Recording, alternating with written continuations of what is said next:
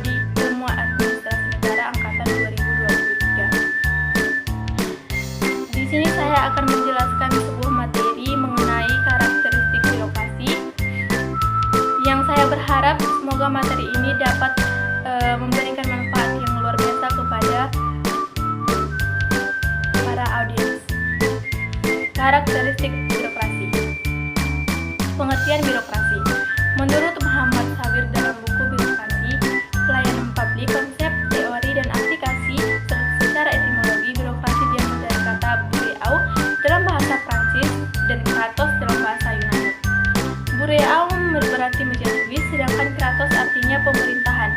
Maka dapat disimpulkan jika birokrasi merupakan sekumpulan orang yang bekerja di balik meja tulis, baik di perkantoran ataupun bidang pemerintahan. Pengertian birokrasi menurut beberapa ahli. Yang pertama menurut Max Weber dalam Jurnal Manajemen Strategik Birokrasi dalam Era Disruption, karya Wawan Risnawan dituliskan jika Max Weber mendefinisikan birokrasi sebagai bentuk organisasi yang penerapannya sesuai atau berhubungan dengan tujuan bersama yang ingin dicapai. Artinya birokrasi digunakan untuk mengorganisasikan pekerjaan secara teratur. Yang kedua menurut Fritz Morstenmartz.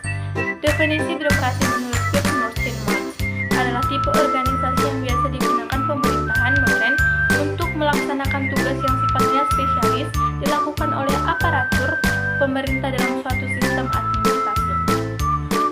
Lalu yang ketiga menurut Blau dan Peirce. Dikutip dari buku Birokrasi Kajian Konsep Teori Menuju Good Governance, karya Muhammad Blau dan Peirce menjelaskan birokrasi sebagai tipe organisasi yang digunakan untuk menjalankan tugas administratif yang besar dengan cara mengordinasikan pekerjaan banyak orang secara sistematis ataupun teratur. Yang keempat menurut Dwi Jowijoto. Definisi birokrasi menurut Dwi Jowijoto ialah lembaga yang sifatnya sangat kuat dengan kemampuan peningkatan kapasitas potensial terhadap hal baik serta buruk yang keberadaannya sebagai instrumen administrasi rasional yang netral. Apabila dilihat dalam bidang politik atau pemerintahan, birokrasi diartikan sebagai perwujudan aparat pemerintahan negara dalam melakukan dan mengimplementasikan berbagai kebijakan lewat serangkaian tahapan yang telah ditentukan. Lalu yang berikutnya, apa sih yang menjadi karakteristik birokrasi tersebut? Salah satu karakteristik utama dari birokrasi ialah biasanya digunakan oleh organisasi besar seperti pemerintahan dan sifatnya formal. Selain karakteristik tersebut, birokrasi memiliki sejumlah karakteristik lainnya, yaitu yang pertama, pekerjaannya sangat ketat dan berorientasi peraturan. Lalu yang kedua, tugasnya bersifat spesialisasi. Yang ketiga, bersifat kaku dan juga sederhana. Yang keempat, bersifat sentral ataupun terpusat. Yang kelima, bentuknya terstruktur. Yang keenam, berbelit-belit. Dan yang ketujuh, kewenangan hierarki. Jenis-jenis birokrasi. Birokrasi sendiri dibagi menjadi 3 jenis, yaitu yang pertama, birokrasi pemerintahan umum.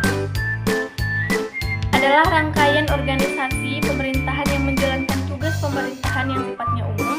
Tugas ini bentuknya lebih mengarah ke regulatif function atau sifatnya mengatur, contohnya bidang ketertiban dan keamanan.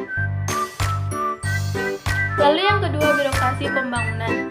Birokrasi pembangunan adalah serangkaian organisasi pemerintahan yang tugasnya lebih spesifik ataupun khusus. Tujuan tugas ini ialah untuk mencapai tujuan pembangunan masyarakat, contohnya bidang pertanian, kesehatan, pendidikan, dan juga industri. Lalu yang ketiga, birokrasi pelayanan. Birokrasi pelayanan adalah rangkaian organisasi pemerintahan yang berhubungan dengan masyarakat. Fungsi utamanya ialah untuk memberi pelayanan kepada masyarakat, contohnya bidang pelayanan publik, pembuatan KTP, pengurusan paspor, dan lain sebagainya. Contoh birokrasi yang sering kita temui, contoh birokrasi bisa kita temui dalam kehidupan sehari-hari. Misalnya pemerintah daerah yang merupakan bentuk birokrasi di bidang pemerintahan umum. Lalu contoh lainnya ialah rumah sakit dan sekolah. Sebagai bentuk birokrasi di bidang pembangunan atau seperti dinas kependudukan ataupun catatan sipil yang merupakan bentuk birokrasi di bidang pelayanan. Sekian materi yang bisa saya sampaikan. Semoga materi tersebut memberikan dampak